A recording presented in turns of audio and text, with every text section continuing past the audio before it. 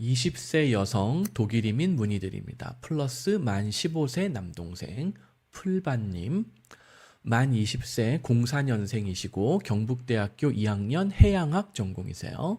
경력은 BK 승마장, 대덕 승마장, 부동산원 아르바이트. 그 승마장에서 이거 막권 파는 뭐 아르바이트 이런 거 하셨던 모양이에요. 저희 와이프도 그 아르바이트를 했었다고 옛날에 그러던데. 그 옛날에 오징어 게임에 보면은 그 막권 판매하는 뭐 그런 데서 그 이정재가 뻘짓하는 뭐 그런 내용들 나오는데, 아무튼 저희 와이프 말로는 그게 레알이라고 그러더라고요. 그게 장난이 아니, 그게 영화적 상상이 아니라 진짜 그 경마장에서 막권 파는 뭐 이런 알바를 해봤는데 정말 가관이라고 저희 와이프가 그랬어요. 별별 사람이 다 온다고. 그 다음에 풀반님, 예, 수능 영어 3등급 정도, 뭐 나쁘진 않아요. 뭐 이왕이면은 1등급, 2등급이면 더 좋았겠지만, 가용자금 2천만 원, 현재 미혼이고 홀어머니 남동생이랑 같이 살고 있음. 특이사항이 청각장애 중증이라서 보청기를 끼고 의사소통을 하신다고 그래요. 희망국가 독일, 최종적으로는 스위스. 예, 독일에서 시민권 받고 스위스로 넘어가면 되죠. 작년에 사회 리더 대학생 멘토링 대회 활동을 하면서 SK 하이닉스, 마사회, 자산관리공사 등 네임밸류가 있는 대기업들과 공기업들을 많이 방문했습니다.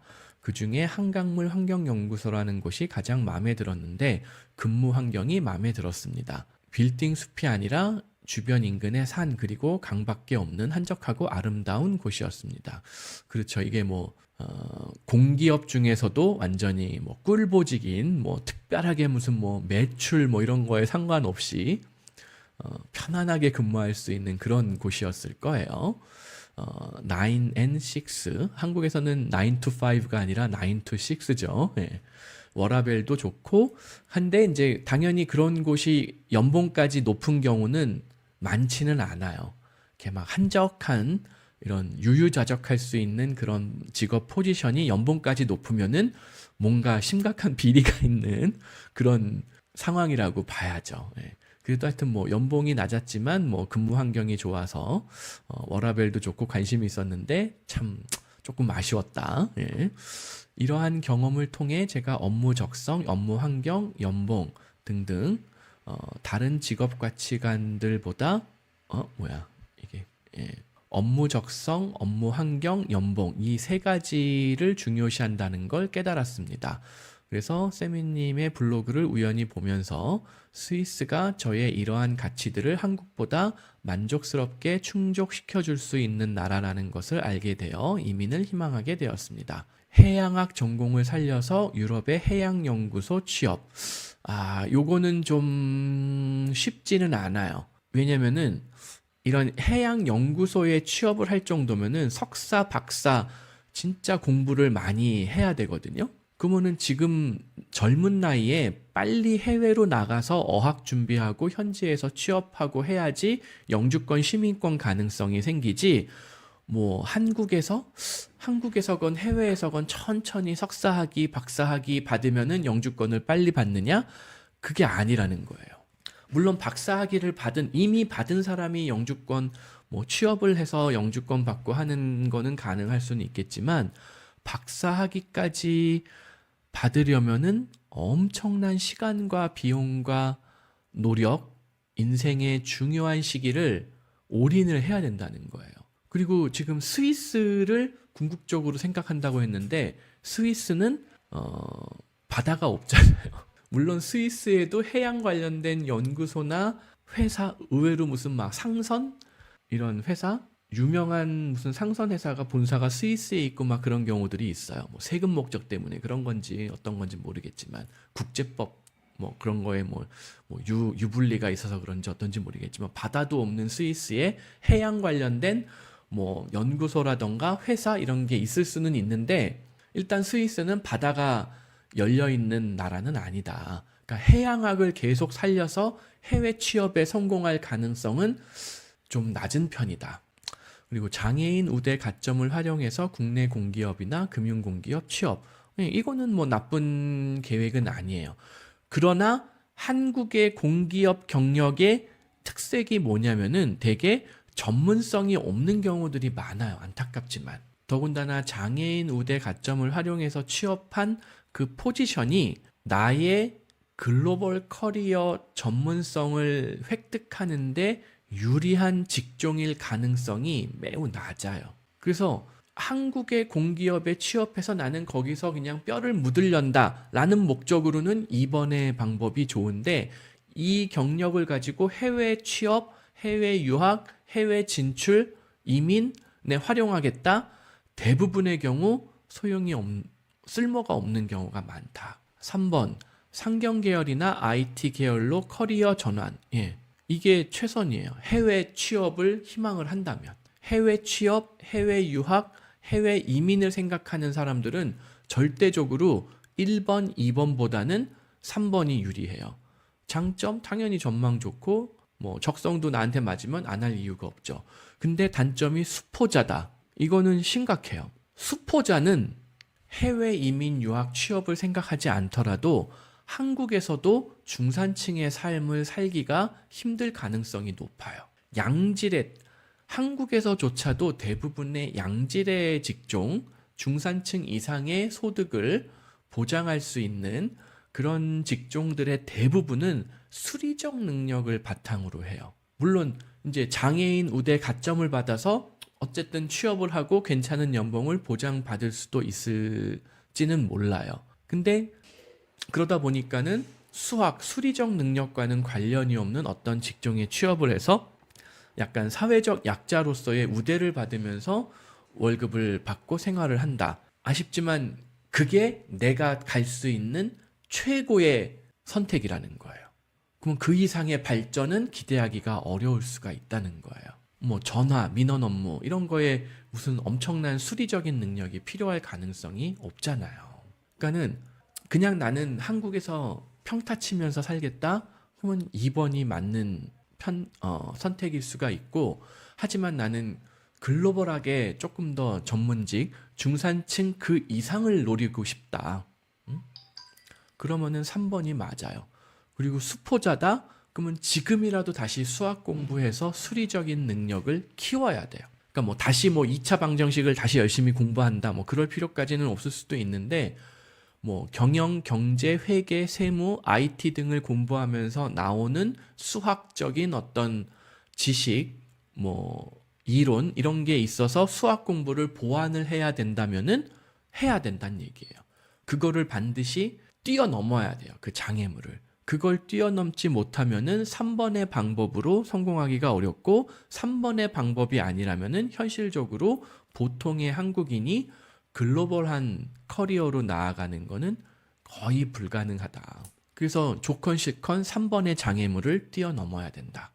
저는 3번을 권해드리고 싶어요. 2번, 해양연구원을 하면 한국에서는 연봉을 짜게 받습니다. 학사학위가 있어도. 해외에는 어떻게 되는지 나중에 교수님이랑 상담하면서 자세히 알아봐야 될 것 같습니다. 똑같아요. 해양연구원이 해외에서는 물론 연봉을 아주 많이 받지는 않지만 그냥 보통의 연구원에서도 보통 수준일 거예요. 실제로 이거 경북대였는지 경남이었는지 하여튼 이거 해양학 전공하신 분이 제가 도와가지고 독일에서 취업에 성공하신 분이 있었거든요. 그분 해양학 포기하시고 약간 지올로 GIS 이런 거 공부해가지고 취업하신 분이 있어요. IT 쪽으로 돌려서. IT 쪽으로 돌렸는데 지오그래픽, 그러니까는 GIS를 뭐의 약자였지? 지오그래픽 인포메이션 시스템이라고 하나? 네, 맞아요. 지오그래픽 인포메이션 시스템 쪽으로 공부를 해서 취업에 성공하신 분이 있었어요. 정확히 경북대 해양학과 나오신 분이었던 것 같아요. 제 기억에. 제가 도와드려서 취업하신 분이. 그래서 저라면은 아직 20살이라면 해양학 전공을 계속 할 것이냐. 저라면은 지금이라도 경북대학교 다른 전기, 전자, IT로 편입을 할 수 있다거나 전과를 할 수 있다라고 하면은 그렇게 하시라고 저는 권해드리고 싶습니다. 그게 더 나아요. 해양학이 나쁜 공부는 아니지만 해외 진출할 때 그다지 유리한 전공은 아니에요. 뭐 해양학을 전공하시는 다른 분들이 뭐 들으면은 또 막 또 화내실지 모르겠는데 그냥 현실은 그래요. 그보다는 IT, 전기, 전자, 무슨 뭐 AI, 데이터 사이언스 이런 쪽으로 돌리시는 게 나아요. 그리고 뭐 이런 지오마르, 뭐 헬름홀츠 해왕연구센터 같은 데에 뭐 들어가고 싶다. 자, 뭐 박사학위 받은 사람이 연봉 5만에서 6만 받잖아요. 아까 좀 전에 제가 무슨 뭐 아우스빌딩 무슨 전기 기술자 그런 분들도 연봉 이만큼 받아요. 박사학위 없어도. 그러면은 해양학 박사학위가 내가 그동안 들인 노력이나 비용이나 시간에 비해서 그렇게 대우가 좋은 전공은 아니구나. 금방 아실 수 있단 말이에요. 만약에 데이터 사이언스 무슨 뭐 AI 박사였다. 실제로 얼마 전에 저랑 상담하신 분 중에 이제 뭐 이렇게 뭐 저희가 도와드려 분들 중에 뭐 상담하신 분들 중에 보면은 그런 분이 있어요. 독일에서 데이터 사이언티스트로 취업을 했는데 가야 할지 말아야 할지 고민이다. 연봉 12만 유로. 연봉 12만 유로 받았는데 갈지 말지 고민이다. 이런 분들도 있단 말이에요. 그분 석사학위가 있거든요. 제 기억에. 네. 데이터 사이언스, 뭐 AI, 데이터 사이언스 이런 쪽 경력이 있는 분이었단 말이죠. 석사학위까지 있고. 그러면은 자, 내가 지금 데이터 사이언스를 선택해가지고 공부를 하면은 석사학위까지 따면은 연봉 6만 유로 정도는 우습다고요. 그게 기본 연봉이라고요. 거기다가 경력이 더 쌓여 있고 뭐 이런 사람들은 연봉이 10만 유로 이상도 올라가는구나. 응? 금방 알게 되잖아요. 근데 해양학 박사학위 소지자는 5만 유로에서 6만 유로 사이. 경력과 직급에 따라서. 즉 경력 죽어라 쌓아봐야 5만 유로 초봉 받던 사람이 6만 유로 오른다 이 얘기예요. 근데 IT나 뭐 AI나 데이터 사이언스나 이런 쪽은 초봉 6만으로 시작해서 나중에 경력이 한 5년 쌓였다 12만 유로 받는 사람도 생긴다는 거예요. 그러다가 독일에서 데이터 사이언티스트로 5년 경력이 있었는데 영어 공부도 열심히 해서 미국으로 뭐 내가 근무하던 회사가 또 미국에도 지사가 있어서 혹은 미국 본사가 있는 다국적 기업이어서 미국의 주재원 파견 가능성이 생긴다? 연봉이 20만 불 될지도 모른다는 거예요. 그러면은 똑같이 어차피 공부를 해야 되는, 어차피 해양연구원들도 맨날 데이터 가지고 지지고 볶고 하거든요. 시뮬레이션 하고. 그거를 조금 더 커머셜한 포커스를 두고 있는 데이터 애널리스트, 데이터 애널리틱스 이런 전공을 선택을 한다라고 하면은 훨씬 더 좋은 연봉을 받을 수 있는데 지금 죄송한 말씀이지만 집이 막 부자는 아니잖아요. 홀어머니와 남동생인 상황이면은 연봉을 많이 받을 수 있는 그런 직종을 선택하는 게 의도적으로라도 필요하다는 거예요. 우리 집이 뭐 금수저라서 나는 진짜 무슨 어디 영화 속에 나오는 요트 뭐 한 몇 피트짜리 진짜 무슨 막 슈퍼 요트 뭐 한 뭐 100피트짜리 요트면 얼마나 한 거야 도대체. 100피트짜리 요트면 어떻게 생겼냐면은 이렇게 생겼어요. 이 정도 생겼단 말이에요. 말 그대로 슈퍼 요트죠. 실제로 그런 사람들이 있어요. 부잣집. 우리 집이 재벌이야. 우리 집이 재벌이라서 돈이 남아도는데 내가 어렸을 때 조스라는 영화를 감명 깊게 봤어. 그래서 나는 해양학은 아니더라도 무슨 뭐 해양생물학 뭐 이런 거 막 남들 안 하는 거 막 어디 막 남태평양 한가운데 가가지고 무슨 막 프렌치 폴리네시아 막 이런 데 가가지고 무슨 해양에 관련된 연구를 하고 싶어. 그래가지고 이런 요트를 자기 돈으로 마련하고 뭐 여기저기 연구비도 땡기고 해가지고 이런 배를 타고 프렌치 폴리네시아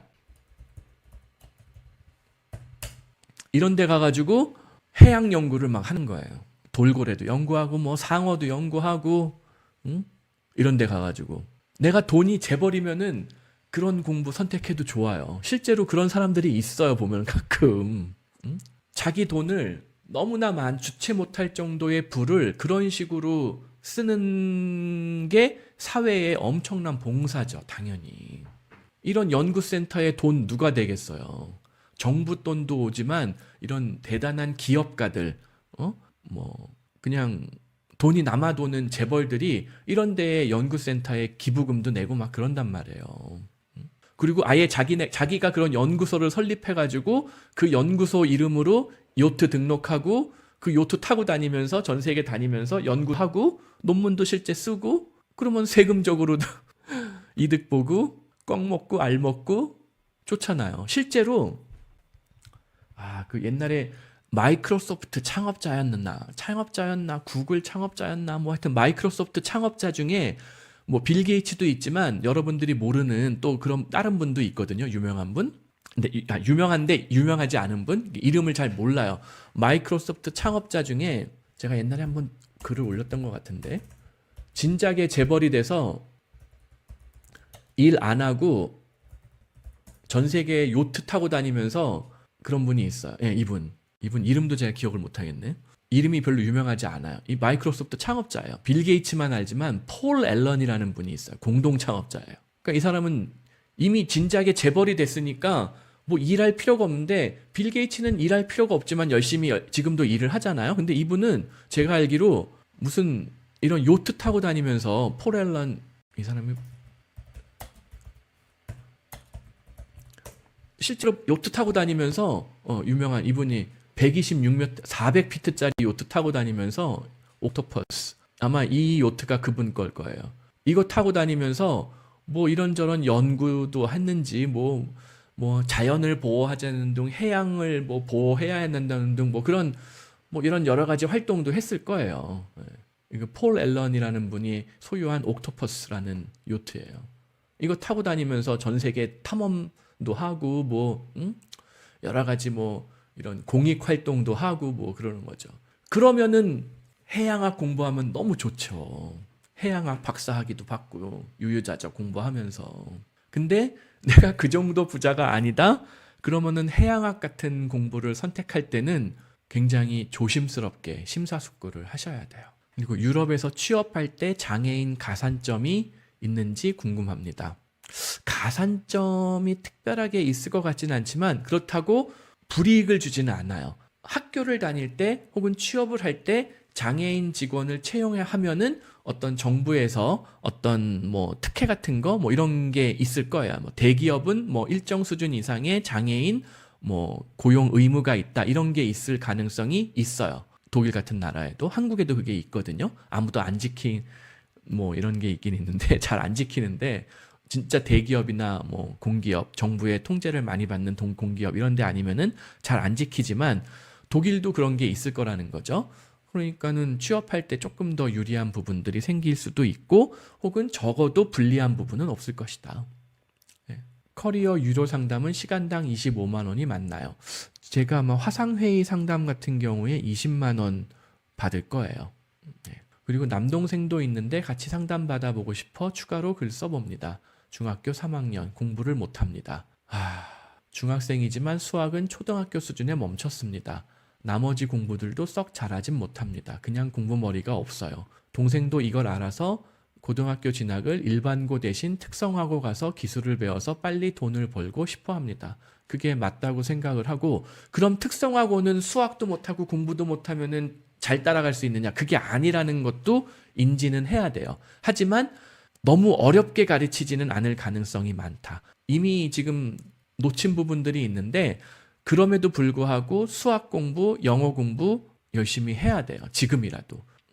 동생분이 이 방송 보게 될지 어떨지 모르겠지만 그래도 공부는 해야 된다. 못하더라도 해야 된다. 석차가 뒤진 거는 괜찮아요. 내가 반에서 석차가 뒤지는 건 괜찮지만 분수 어떻게 계산하는지 알아야 되고 2차 방정식 어떻게 되는지 알아야 되고 뭐 도형, 기하학 어떻게 되는지 기본적인 걸 다 알아야 돼요. 특성화고에서 기계, 전기 이런 거 배웠다. 기하학을 이해 못한다. 어려울 수도 있단 말이에요. 그래서 일반고보다는 특성화고 가는 게 당연히 좋은 선택이에요. 근데 특성화고는 공부를 안 해도 된다? 그거는 또 잘못된 생각이에요. 특성화고들 중에서도 진짜 개판 학교가 있을 수가 있고 특성화고들 중에서도 웬만한 인문계 뺨치는 학교가 있을 수 있거든요. 그러면 특성화고 중에서도 좋은 학교를 갈 수 있도록 노력을 해야 돼요. 근데 뭐 어렸을 때 음악을 해서 외국어 학습은 잘한다. 예, 내가 관심이 있는 분야는 당연히 공부를 잘하게 되는 거예요. 응? 정말 내가 뭐라 그러죠? 정말 바닥 인생을 사는데도 일본어 잘하는 분들 많아요. 무슨 덕후 분들 막 이런 분들. 정말 뭐 인생이 굉장히 밑바닥 인생을 살고 있지만 뭐 일본 애니메이션이라든가 뭐 이런 건 열심히 봐서 그런지 일본어는 굉장히 구사를 잘하는 분들이 있거든요. 자, 그러면 그분의 지적 능력, 두뇌 능력이 애초부터 바닥은 아니었을 거라는 거예요. 다만 내가 관심 있는 분야에만 특화되어 있는 거죠. 자신의 학습 능력이. 그러니까 일본어는 일본어 저 같은 경우에 하나도 못하거든요. 제가 계속 말씀드리지만 저 서울대학교 인문대학 나왔는데 일본어 전혀 못한다고요. 하지만 진짜 공부 반에서 꼴찌하는 애가 일본어 잘하는 경우 얼마든지 있어요.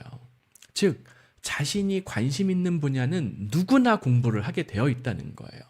옛날에 보면 뭐 서태지, 요즘 분들은 서태지를 아시는지 모르겠는데 서태지라고, 진짜 서태지 이전과 이후로 한국의 케이팝 가요가 나뉘잖아요. 서태지가 중졸이라고요. 고등학교를 안 갔나 중퇴했나 뭐 그래요. 응? 하지만 서태지보다 음악 편집 무슨 막 그 당시에 막 수천만 원짜리 미디 이런 거 서태지보다 잘 다루는 사람이 없었다 뭐 그런 얘기가 있거든요. 그 사람은 이미 그 분야에 대해서는 웬만한 박사학위 뺨을 때리는 거예요. 그러니까는 단순히 중학교 공부를 못했다, 고등학교 공부를 못했다, 특히 인문계 고등학교 공부를 못했다, 그거는 상관없어요. 하지만 특성화고를 가더라도 정말 내가 관심이 있고 잘할 자신이 있고 이거는 내가 열심히 할 수밖에 없다, 이거마저 못하면 나는 정말 쓰레기 된다, 이런 각오를 가지고 공부할 수 있는 전공을 택해서 열심히 해야 돼요. 그리고 그게 가능해요, 실제로. 진짜 막 인생 막장인 사람들도 일본어 잘하는 사람 세고 셌다. 제가 막 예를 그렇게 들어드린 건데 그거 아니더라도 서태지 같은 예 있잖아요. 중졸이지만 얼마든지 그 당시 90년대 당시 서태지보다 음악 편집 뭐 작곡 그다음에 그 막 그 당시 수천만 원이지 지금은 수억 원짜리일 거란 말이에요. 그 수억 원짜리 각종 악기 장비 잘 다루는 사람이 없었다. 서태지만큼 다룰 수 있는 사람이 없었다. 그래서 동생분도 지금부터 그런 이치를 빨리 깨닫고 내가 원하는 공부에 집중을 할 수 있으면 좋을 것 같아요. 그리고 사실은 이거 뭐 엄마가 조금 더 서두르고 온 가족이 이 동생분이 미성년자일 때 독일에 빨리 들어와서 독일 영주권 받고 뭐 이렇게 하면은 독일 영주권 시민권도 해결하고 군대도 면제받을 가능성이 생기는데 지금 전 가족, 엄마가 움직이기 전에는 군대를 면제받을 방법이 없어요. 엄마가 동생을 동반해서 독일에 빨리 들어오는 방법으로는 군대 면제받는 게 얼마든지 가능한데 동생 단독으로는 어려워요. 그래서 엄마가 움직여야 돼요. 아쉽지만. 근데 모르겠어요. 홀어머니가 지금 뭐 온 가족을 이끌고 독일로 당장 들어와서 이민을 진행할 수 있는 그런 상황은 아닌 걸로 추정이 되거든요. 그래서 아쉽지만 한국에서 결국 군대까지 마무리하고 독일로 아우스빌딩 도전하는 걸 고민해야 된다. 요거 좀 전에 오늘 세 가지가 거의 비슷한데요. 아까 특성화고 졸업해가지고 어디 현대인지 효성인지 가가지고 연봉 6천만 원 이상 받으시는 분 사연 보셨죠? 이게 참 제가 이런 그 라이브 방송을 하는 이유 중에 하나가 나름 제 그 재능 기부인 것도 있는데 이렇게 알고 보면은 성공 사례, 한국 사회에서 이미 어느 정도 성공한 사람들이 어떻게 그 자리까지 올라갔는지를 실질적으로 공유해주는, 정보를 공유해주는 목적도 있어요. 지금 당장 보세요. 이 동생이 아까 그 좀 전에 설명드렸던 이거 어디 갔었죠? 이거 다시 또 돌아가 봐야 되나? 망고스틱 S님 같은 경우 이거 그대로 따라하면 된단 말이에요. 전기 제어 관련 마이스터 고등학교 졸업해가지고 H계열의 테크니션, H계열의 H사, H사니까 현대 아니면은 효성이란 말이에요. 거기서 전압기 무슨 관련된 제조, 변압기 제조 테크니션으로 근무하고 있는데 연봉 6,400만 원. 자, 4년제 허접한 대기업 다닐 이유가 있어요? 아니야. 허접한 그 4년제 대학 다니고 대기업 들어갈 수 있어요, 요새? 불가능하잖아요. 다들 알고 있잖아요, 이미. 그러니까 풀반님 남동생도 이런 성공 사례를 바탕으로 특성화고 가서 대기업 경력 쌓고 군대 제대하고, 군대도 이번 육군에서 전기 설비병 했단 말이에요. 일빵빵 소총수보다 훨씬 편해요. 아, 이것도 아닐 수도 있어요. 편하지 않을 수도 있어요. 오히려 소총수가 더 편할 수도 있어요. 소총수가 하는 일은 반복 숙달적인 그런 작업들인데, 또 괜히 공병이나 이런데 시설대 이런데 가면은 통신병 이런 거 잘못 가면은 그 무슨 닌자 거북이도 아닌데 막 이따만한 방차통 들고 삐삐선 설치한다고 막 천몇백 고지를 절벽과 같은 데를 기어 올라가가지고 그 삐삐선이, 요새는 그렇게 하는지 제가 잘 모르겠어요. 요새는 다 무선화가 됐는지, 군 통신이 다 무선화가 됐는지, 아직도 삐삐선 가설하는지 제가 잘 모르겠는데, 옛날에 가면은 그거 산 타면서 차라리 소총 들고 산 타는 게 편하지, 방차통이라고 있거든요. 아, 이거 군대 다녀오신 분들은 이거 아는 분들도 있고 모르는 분들도 있는데, 아무튼 무슨 통신병들 방차통 등에 지고 그 삐삐선 설치한다고 절벽 오르락 내리락 하는 거 보면은 차라리 소총수가 나을 수도 있기는 해요. 근데 아무튼 뭐 무슨 얘기, 예. 이거 동생분 군대도 그냥 소총수보다는 그럼에도 불구하고 전기 시설병이라던가 통신병 이런 거 가는 게 해외에서도 경력으로 인정받아요. 해외에서도 인정받고, 이거 한국에서도 대기업 취업할 때 오히려 더 유리하다.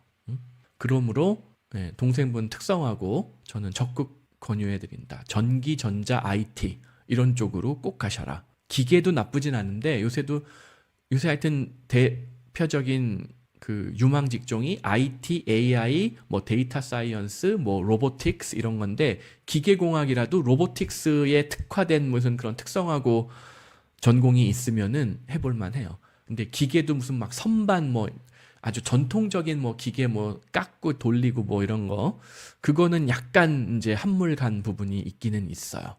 그 뭐 완전 뭐 유망하지 않다 그런 얘기는 아니지만, 그거보다는 전기, 전자, 제어, 뭐 IT, AI, 로보틱스 이런 쪽에 특화된 특성화고를 가는 게 좋고, 거기를 가려면 지금이라도 공부해야 된다. 정신 차리고. 아직 1년 남았잖아요. 중학교 3학년 졸업하려면은. 그런 동기부여가 생겨야 공부가 되는 거예요. 또 동기부여가 없으면 안 생겨요. 어디 뭐 일본 애니메이션이라도 보겠다, 뭐 일본 야동을 내가 죄송해요. 일본 야동을 내가 원어로 듣고 이해하면서 보고 싶다. 그런 어떤 목표가 생겨야지 공부를 하게 되는 거란 말이에요. 그러니까는 동생분도 동기부여가 생기면은 공부가 될 거예요. 아무리 공부머리가 없더라도. 그래서 풀바님, 용기를 잃지 말고 두 분 모두 하여튼 잘 준비를 하셔서 뭐 독일, 스위스 마음껏 진출하실 수 있기를 바랍니다.